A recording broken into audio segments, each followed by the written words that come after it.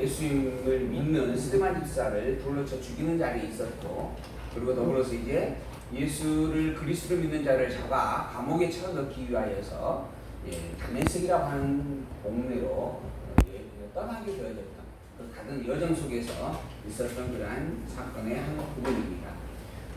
다메섹 공산에 다다랐을 때 그곳에서 놀라운 사건을 체험을 하게 되어지고, 그 사건 속에서 그 사건의 핵심의 주제가 누구인가라고 하는 것이 드러나지는 그러한 내용의 말씀입니다.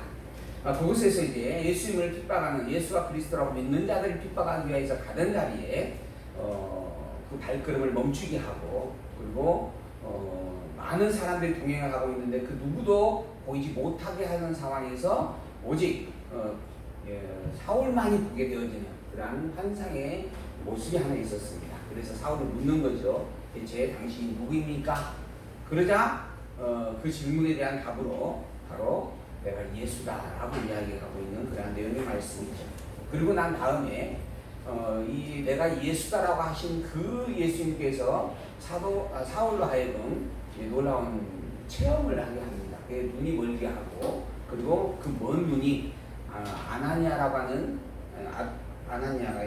아나니아라고 하는 사람을 통하여서 기도받고, 그리고 그 눈이 띄어지고 이렇게 되어지는 그런 놀라운 사건을 체험을 할 수 있도록 섭리해가는 그런 내용이 본문의 내용입니다.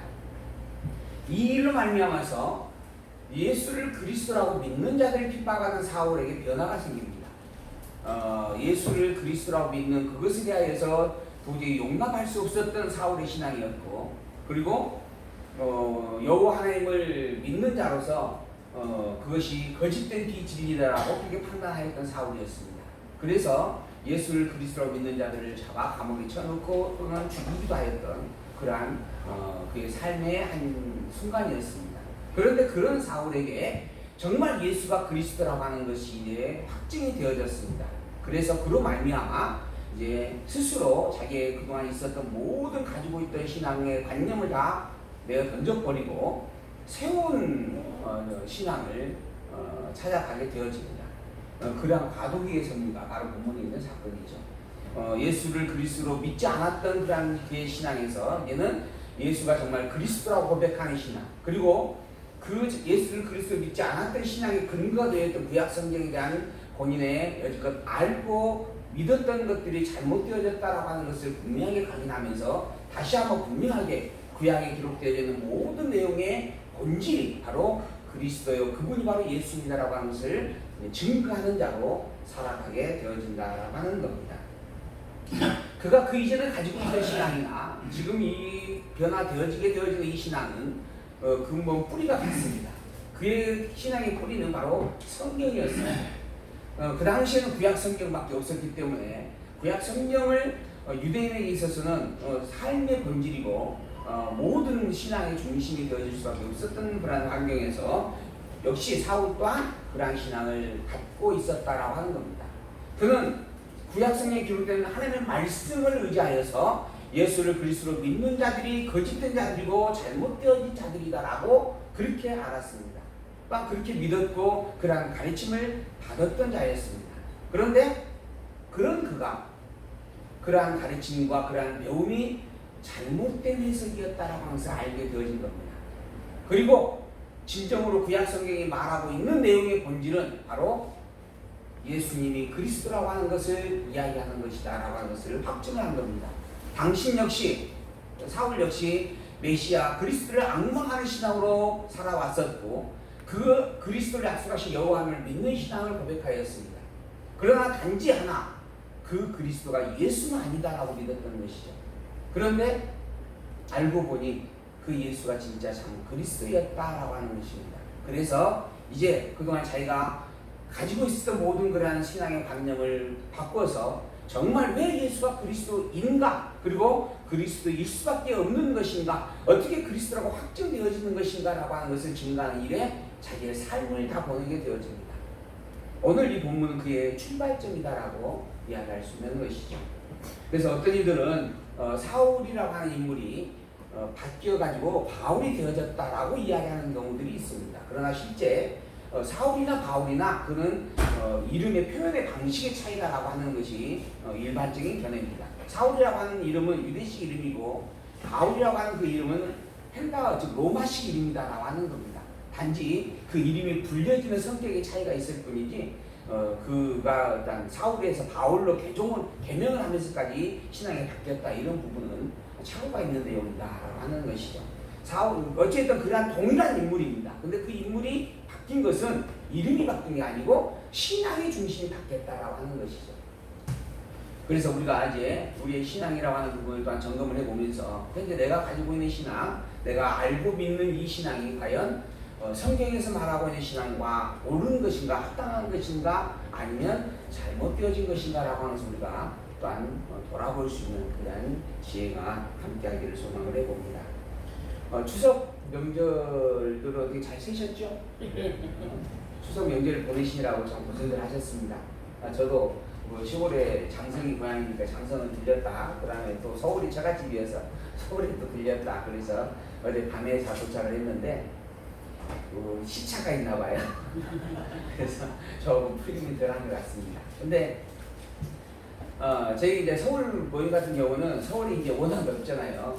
저희 이제 장성 같은 경우는 어차피 아버님이 살아계시고 그러니까 형제들이 다 모여서 함께 보는데 서울에 올라가 보면 서울에 지금 이제 장모님만 계시고 그러다 보니까 형제들이 다 이제 각자 흩어져 있는 상황에서 모이기가 쉽지가 않는 부분들이 있었어요. 그래서 몇 해 전부터 한 장소를 정해가지고 그 장소에서 이렇게 함께 모여서 그 장소로 모두가 다 집결해가지고 함께 모여서 그곳에서 서로 교제하고 그리고 이제 식사하고 그리고 이제 담소 나누고 또 예를 차림하는 이제 각자 자기 집에서 혹시 제사할 때 있으면 제사 다 하고 그냥 그 모임은 편안하게 서로 1년에 한두 번 만나는 그런 부분들이기 때문에 모여서 이야기를 나누는 그런 부분으로 시간을 갖게 되어졌습니다. 근데 이제 그곳에 저희 이제 제 위에 마처형이 있는데 이분이 이제 서울 장안정교회 이제 권사님이세요. 그리고 이제 그 부분께서는 이제 장로님이시고 그러다 보니까는 어느 순간에 요청을 하더라고요. 명색이 이 집안에 장로도 있고 권사도 있고 목사도 있는데 모임을 좀 예배를 시작을 하고 예배로 시작을 하고 모임을 했으면 좋겠다라고 하는 그런 주장을 하고 그게 또 둘째나 셋째가 이야기했으면 아마 안 먹혔을 것인데 또 그 집안의 첫째가 이야기하는 부분이어서 그렇게 하십시다 해가지고 이제 시작이 됐습니다. 그게 이제 작년에 처음 그래서 예배를 드렸고 이제 올해 이제 두 번째 예배를 드렸는데 올라가는 길에 느닷없이 연락이 왔어요. 그래가지고는 작년에 예배 시간도 한 10분인가 아마 7분인가 그렇게 주어지는 시간인데요. 그 짧은 시간 외에는 용납이 안 됩니다. 왜냐하면 그곳에 신앙생활 하지 않는 분들이 대다수거든요. 그러니까 이제 그걸 배려해서 이제 설교가 길면 안 된다. 10분 이내. 그래서 앞에 자르고 뒤에 자르고 찬송 뭐 하나 하고 뭐 그러니까 그 시간이 필요하고 그러니까 강의 시간은 7분 이상 넘어가면 안 된다. 근데 우리는 지금 1시간 반을 하잖아요. 제가 그래서 얘기가 참 편합니다. 근데 그 7분이라고 하는 시간 동안 무슨 얘기를 할 것인가? 근데 이제 제가 그래서 이제 아마 작년에는 저기 교회란 무엇인가라고 하는 것에 대한 이야기를 얼핏 했던 것 같아요. 근데 이제 저는 이제 하고 나서 잊어버렸어요.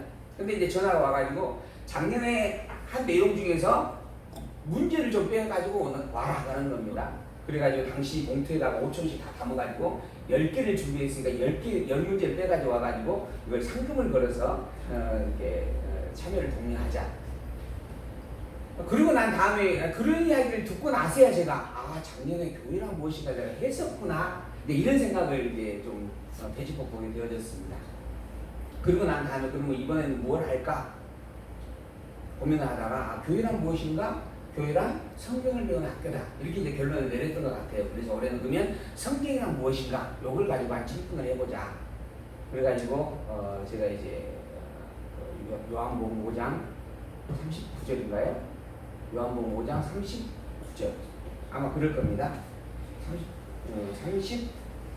39절 너희가 성경에서 영생을 얻는 줄 생각하고 성경을 상고하거니와 이 성경이 곧 내게 대하여 증언하는 것이다 라고 하는 그런 주제의 말씀이죠.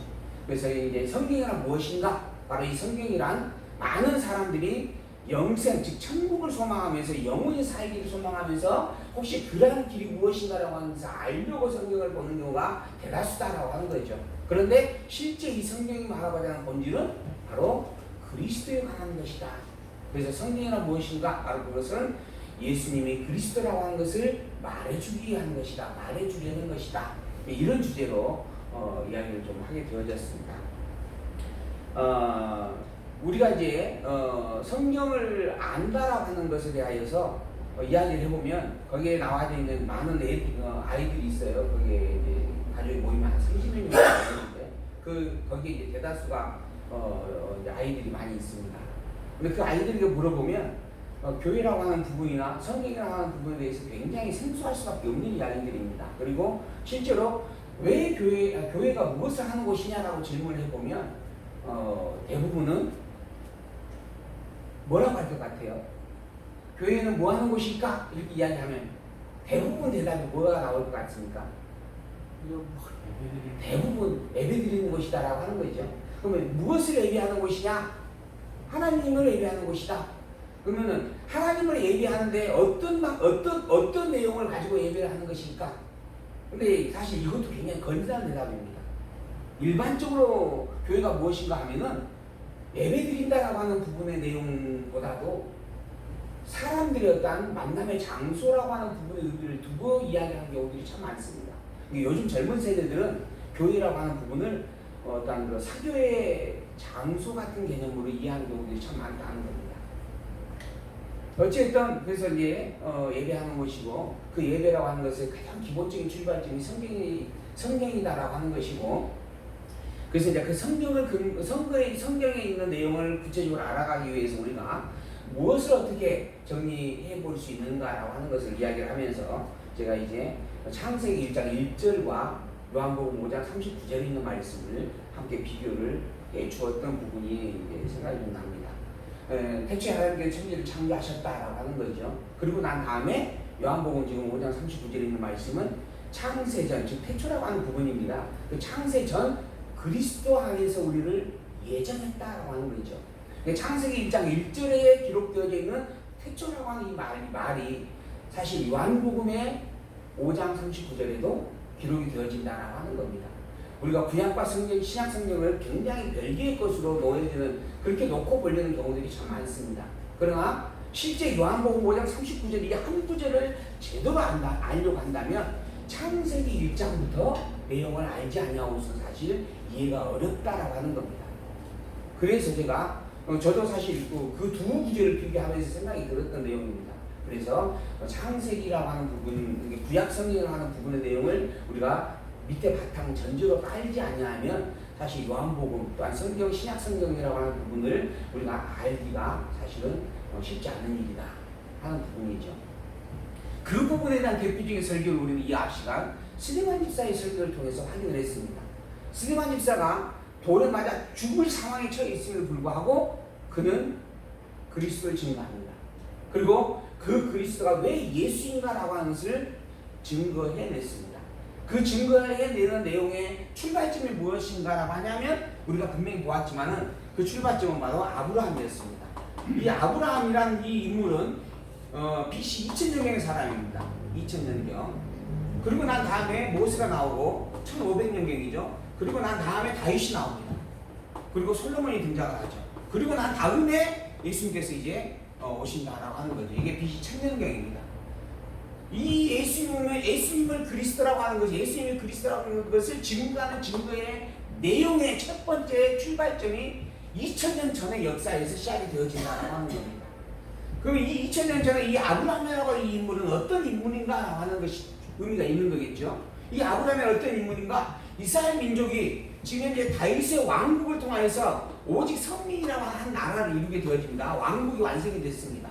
근데 이 다윗 왕국, 물론 그것이 나중에 북이스라엘과 남쪽 유다가 나뉘음을 당하고 북이스라엘 멸망된 상태에서 남쪽 유다만 지금 보존되어지고 있는 이 상태인데, 이 남쪽 유다 왕국의 혈통인 다윗 왕국의 뿌리가 어디 있었는가? 아브라함이 있었다라고 하는 겁니다.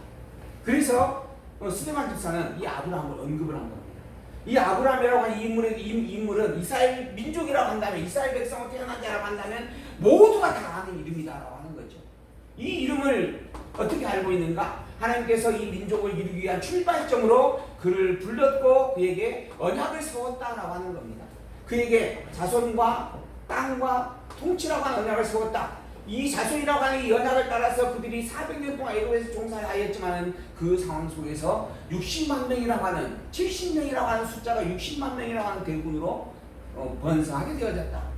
우리가 지금 현재 가나안 땅에 살고 있는데 이 가나안 땅에 살게 된 이유가 뭔가? 하나님께서 그의 이 민족의 뿌리인 아브라함에게 가나안 땅을 주겠다라고 약속한 약속대로 이루어진 일이기 때문이다. 그리고 하나님께서는 그 가나안 땅에 머물러 살게 되어진 이스라엘 백성들에게 당신의 언약에 합당한 자인 다윗을 보내시고 그 다윗을 왕으로 세워줌으로 말미암아 온전한 국가가 형성되도록 하셨다. 그래서 이 아브라함에게 주어졌던 이 세 가지 언약이 무려 2000년에서 1000년이니까 1000년이라고 하는 시간이죠. 이 1000년이라고 하는 역사적인 시간 속에서 이렇게 전개되어졌고 성취가 되어졌다. 그 증거가 오늘 우리 선민이라고 하는 이 유다 민족이다라고 하는 겁니다. 이처럼 하나님은 이 모든 것들을 언약하셨고 언약한 대로 인간의 시간 속에서는 도저히 이해될 수 없는 너무너무 긴 시간이지만 이 시간적인 역사 섭리 속에서 당신이 언약한 것을 단 하나도 빼먹지 아니하고 다 이루어 주셨다. 그 모든 증거를 우리는 역사서를 통해서 확인하고 알고 있는 일들이다. 그래서 우리는 아브라함과 다윗을 우리 민족의 근본된 아주 중요한 인물로 믿고 있지 않느냐라고 하는 겁니다. 이처럼 언약하고 언약한 대로 다 이루시는 그분이 여호와이신데 이 여호와인 그분께서 당신의 여호와이심을 증거해주는 최고의 표적으로 약속이 준 약속이 바로 메시아요 그리스도이시다. 이 메시아요 그리스도를 하나님께서 약속하였고 하나님은 여호와로서 약속한 것을 반드시 이처럼 이루시는 분이기에 그리스도 또한 이 땅에 반드시 오게 되어져 있고 하나님께서 보내주실 것이 틀림없는 일이었다. 그런데 아니야 다를까 그 언약하신 말씀 따라 그리스도가 이 땅에 왔다라고 하는 겁니다. 그런데 우리가 그를 알아보지 못하고 있다라고 하는 거죠. 알아보지 못하고 있는 이유는 뭔가? 우리가 모두 다 이것을 알고 있음에도 불구하고 왜 그 그리스도를 알아보지 못하는 것인가? 이것을 알고 있는 것이 잘못 해석되어지고 있기 때문이다. 즉 우리가 알고 있는 이것이 원래의 본질을 벗어난 변질된 상태로 알고 있기 때문이다라고 하는 겁니다. 정말 하나님께서 약속한 대로 그리스도를 보내셨고 그 그리스도에 대한 증거가 구약성경에 보면은 얼마나 많은 증거들이 있는가. 우리가 하나님께서 그리스도에 대한 증표를 주시겠다라고 약속한 약속들이 어떤 것들이 있는가 한번 기억해보자 라고 하는 겁니다. 그리고 그 기록되어진 약속대로 그 증거를 가지고 있는 그리스도가 누구인가라고 하는 것을 확인해보자 하는 거죠. 그 증거가 바로 예수님이 가졌다라고 하는 겁니다. 예수님께서는 이 땅에 인간의 몸을 입고 이 땅에 오신 예수님께서는 십자가에 매달려 죽으심으로 당신이 구속주이심을 드러내셨다. 대속주이심을 드러내셨다. 우리의 모든 죄를 대신하여서 그 모든 그 죄의 값을 지불해 주시는 분으로 당신이 십자가에 매달려 죽기까지 하셨던 분이다. 또한 더불어 죽음으로서만 끝나는 게 아니고 그분께서는 부활하셨다. 이 부활된 사실에 대하여서 얼마나 많은 사람들이 보았고 증인으로 지금 있지 않느냐. 이 부활이라고 하는 것은 죽는다라고 하는 것은 또 혹여 우리가 죽을 수 있지 않느냐라고 이야기할 수 있는 부분이지만 부활이라고 하는 것은 이 세상에 그 누구도 단 한 번도 일어난 적이 없는 사건이다. 그런데 그 일이 누구를 통해서? 예수님을 통해서 일어났다. 더더구나 이 부활은 하나님께서 이미 이러한 역사적 사건 속에 천재를 보내서 언약으로 주신 일들이었다. 그 언약한 대로 성취된 사건이다. 그러므로 예수는 그리스도가 틀림없는 것이다 라고 하는 겁니다. 이처럼 하나님께서는 언약과 언약한 대로 이루시는 여호와심을 증거하고 그리고 증거되어진 여호와로 말미암아 여호와께서 약속한 약속의 징표를 가진 그 예수님이 그리스도가 틀림없다라고 하는 것을 스데반 집사는 이야기를 해주었습니다.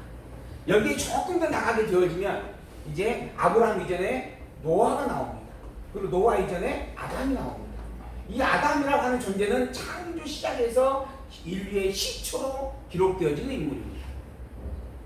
하나님께서 이 아브라함을 보내기까지의 행동으로 하나님께서 노아에게 셈과 함과 야벳을 아들을 주셨는데, 그 중에서 특별히 함은 종들의 종이 된다. 그리고 야벳의 장막이 셈의 장막에 거하게 되어진다. 셈은 영원히 찬양할 존재이다. 찬양받을 존재이다. 이러한 약속을 세웁니다. 기억나시죠? 다. 혹시 모르시면 구약성경을 자꾸 읽어보시면 구약성경이 다 기록되어지는 내용들입니다. 그래서 하나님께서 이 세 아들 중에서 셈의 자손을 택하였다라고 하는 증거를 선포하신 거죠. 그리고 그 이 셈의 자손을 하나님께서 당신의 언약된 백성을 보내겠다라고 하는 약속을 담고 계시는 겁니다. 근데 이 아브라함의 뿌리를 찾아보니까 이 아브라함의 뿌리가 셈의 자손이 되어진다라고 하는 것입니다. 그래서 구약성경에 족보들이 자주 나옵니다. 이 족보라고 하는 부분이 나와지면 참 머리 아프고 어려운 단락이 되어집니다. 그리고 그것을 잘 읽다 보면 스르르 눈이 감기죠.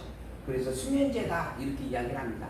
이 족보가 기록된 단락만큼 우리가 읽기가 쉽지 않는 부분이 참 없죠. 그렇게 참 어려운 대목입니다. 그런데 실상 그 족보를 그렇게 우리가 보기도 읽기에도 이름조차도 되뇌기도 어려운 그런 내용들의 족보를 기록해 준 이유가 뭔가? 그의 뿌리를 확인해 주기 위한 겁니다. 그리고 그의 뿌리를 확인해 준다라고 하는 말의 의미 속에 뭐가 있는가? 내가 세운 언약이 언약한 대로 이루어졌습니다는 증거물이다. 이런 의미가 담겨져 있어요. 그래서 언약한 언약과 언약대로 이루어진 증거물로서 족보가 자꾸 반복해서 기록이 되어집니다. 그 족보 속에 나중에 누가복음이죠. 누가복음은 그 족보 속에 아담으로 말미암아 아담의 끝을 어디로 두는가? 누구로 둬요? 하나님으로 둡니다. 이게 누가복음에 나와지는 족보예요. 성경에 기록된 족보 중에서 가장 근본이 되어지는 족보라고 볼 수 있는 부분입니다. 왜냐하면 다른 족보들은 아담으로부터 시작해서 그의 아들은 누구고 그의 아들은 누구고 그의 아들은 누구고 이렇게 되어져 있어요.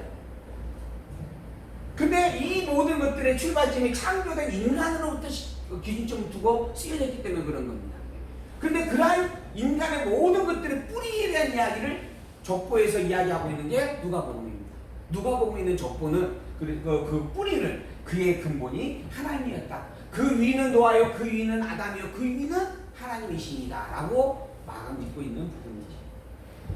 이러한 족보가 가지고 있는 특성이 바로 하나님의 살아계심과 그 하나님의 여호와이심이라는 증거물로 기록되어져 있다라고 하는 것을 생각하시면서 보시면 그 족보가 조금은 읽기가 좀 쉬워지지 않을까. 내용을 다 읽지 않으셔도 돼요. 거기에 중요한 인물들만 몇 가지 체크해보고 넘어가셔도 됩니다. 그러나 그 족보를 기록한 의도는 바로 이러한 것이다라고 하는 것을 새겨보시면 좋을 것 같아요. 어쨌든 그러므로 예수가 그리스도임을 너무 분명하게 스데반은 입증을 해주었습니다. 그러나 이걸 들은 자들은 설득이 안 됩니다. 그래서 돌을 들어서 스데반에게 던지게 되어지죠. 그리고 스데반은 그 돌에 맞아 죽습니다. 그런데 그 돌에 맞아 죽는 스데반이 진리에 거하는 것인가, 아니면 그것을 거짓이라고 칭하면서 스데반을 죽이고 있는 그들이 진리에 거하는 것인가 라고 하는 것을 분명하게 하나님은 보여주었습니다. 무엇으로 보여주는가? 하나님 보좌에 앉아 계시는, 하나님 보좌에 서서 스데반을 내려다 보고 있는 예수님의 모습으로 확인을 해준 겁니다. 곧 스데반의 신앙의 고백이 참이다라고 하는 것을 성경을 통해서 분명하게 기록을 남겼다라고 하는 것입니다. 스데반이 믿는 예수를 그리스도로 믿는 이 신앙은 참된 진리입니다. 또한 그것이 하나님을 온전히 아는 신앙에 합당한 것입니다. 그러므로 하나님의 보좌 우편에 예수님이 함께 계실 수 있는 겁니다. 예수님이 하나님 보좌 우편에 함께 계시지 않는다라고 한다면, 그러면은 스데반의 믿음이 잘못된 것이다라고 또 혹시 이야기할 수 있을지 모릅니다. 그러나 분명 성경은 하나님 우편에 예수님이 계신다라고 선포하고 있습니다. 그러므로 예수님을 하나님의 아들이요 그리스도라고 믿는 이 신앙은 참된 것입니다. 바꾸어 예수님이 하나님의 아들이요 그리스도라고 믿지 않는 그 신앙은 잘못된 것입니다. 우리가 이 성경을 보면서 다시 한번 분명하게 이 신앙을 확인을 하고, 더불어 또한 분명하게 우리가 고백해야 될 것, 예수와 그리스도와 믿는 이 신앙은 늘 말씀을 드리지만 예수님만이 그리스도다라고 믿는 신앙과 같다라고 하는 겁니다. 예수는 그리스도라고 하면서 예수 이외에 다른 그리스도를 또 함께, 예수도 그리스도요 다른 것도 다른 분도 있다라고 이렇게 믿는 신앙은 그것은 잘못된 것이다. 왜 그럴까요? 유일한 하나님의 아들이기 때문에 그렇습니다. 그래서 그걸 우리가 이해할 수 있는 단어로 표현하여서 뭐라 그래요? 독생자다 이렇게 표현하는 겁니다. 하나님에게 아들이 하나밖에 없다. 사실 하나님에게 아들은 하나일까요? 열일까요? 백일까요? 하나님에게 아들은 몇일까요? 하나님에게 아들은 하나일 수도 있고 열일 수도 있고 백일 수도 있고 무한대일 수도 있습니다. 사실 하나님은 숫자에 구애받지 않는 분이니까요. 근데 일부러 하나님은 당신의 아들을 우리에게 말씀하시면서 독생자라고 표현을 해주신 겁니다. 왜? 이 예수 이외에 다른 그리스도가 없다라고 그렇게 선포하려고 그러신 거예요. 예수님 위에는 그리스도가 없습니다. 우리의 타락된 죄에서 우리를 건져낼 자는 오직 대속주 그리스도뿐이고 그분은 예수님밖에 없습니다. 그러므로 예수가 그리스도라고 하는 신앙의 고백을 할 때마다 더불어 예수님만이 그리스도이십니다라고 하는 고백을 우리가 함께 담고 고백되어야 마땅할 부분입니다. 그리고 더불어 그 예수를 그리스도로 보내주신 그 여호와의 이름을 가진 하나님, 언약하고 언약한 그것을 그대로 이루는 전능자요 절대 주권자요 영원불변의 신실함의 속성을 가지고 있는 그 하나님, 그분만이 유일한 참 하나님입니다. 그 외에 여기저기에서 많은 하나님이 존재할지라도 그건 다 가짜 하나님이고 거짓 하나님입니다. 어떤 이들은 산 봉우리는 하나다. 근데 이 산 봉우리를 올라가는 등산로길은 10개도 있을 수 있고 100개도 있을 수 있다. 여기에 인간들이 있는데 이 인간, 어떤 인간은 불교라고 하는 종교의 방향을 통하여서 산으로 향해서 가고 있고, 어떤 인간은 유교라는 종교의 길을 통하여서 산을 향해 가고 산 봉우리를 향해 가고 있다. 이 봉우리는 결국은 하나님 한 분밖에 안 계신다. 그러니까 결국은 이 종교들이 다양한 부분들이 있지만 실상 그 종교의 뿌리는 근본은 같은 것이다. 각자 부르는 이름이 다를 뿐이지 실상은 같은 하나님이다 라고 이야기하는 사람들이 있습니다. 그러지 않습니다. 하나님은 스스로를 이 인간들이 각자 이런 식으로 자기를 위안을 삼아서 하는 이야기들이 있는데 그렇지 않다. 진정한 참된 하나님, 이름이 말하는 이 신이라고 하는 존재들은 따지고 보면 다 그의 어떤 성질도 다르고 본질도 다르고 뿌리도 다 다르다. 이게 불교에서 말하는 부처와 유교에서 말하는 공자가 같은 인물이 아닙니다. 각각 전혀 다른 존재예요. 바다에서 우리가 바다의 용왕신이라고 이야기하는 부분들이 있죠. 전통적으로. 또 산에 가면 산신령이라고 하는 존재가 있습니다. 산신령과 바다의 용왕신이 같은가? 이거는 일반인들에게 물어보면, 애들에게 물어봐도 다르다라고 이야기할 수밖에 없는 내용들입니다. 결국은 사람을 속이는 말일 뿐이다라고 하는 겁니다. 각자 다 다른 신앙, 다른 신을 바라보고 있으면서 그들의 합리화를 위해서 또한 그들의 협력을 위하여서 이러한 주장을 할 뿐이다라고 하는 겁니다. 실제 다양한 신들이 존재하지만 그 다양한 신들 가운데 진정한 참된 신이 있다. 그 신이 한 분밖에 없어서 성경은 유일신이다라고 표현을 합니다. 그럼 그 유일신 한 분 된 신이 누구냐? 바로 여호와의 이름을 가진 하나님이시다. 그래서 여호와의 이름이 없는 하나님, 여호와의 이름이 아닌 하나님, 여호와의 이름이 아닌 신을 믿는다라고 한다면 이건 다 거짓 우상 숭배와 다를 바 없다. 그건 다 우상 숭배의 신앙이다 라고 성경은 이야기하고 있다라는 겁니다. 그래서 성경은 분명하게, 딱 기독교는 분명하게 이야기를 하죠. 유일신 사상이다. 오직 한 분 되신 하나님, 하나님은 하나밖에 없다라고 하는 것. 그래서 그 하나밖에 없는 그 하나님을 믿는 신앙만이 유일한 진리의 신앙이다라고 하는 것.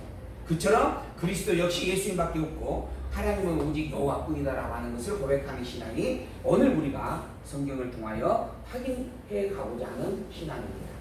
그리고 이 신앙을 성경에 있는 말씀으로 분명하게 새겨서 정말 확인을 하고 틀림없다라고 하는 것을 우리가 다시 한번 눈으로 보고 귀로 듣고 심정으로 새길 수 있는 그러한 시간이 되기를 소망하면서 오늘 찬양하시고 시작.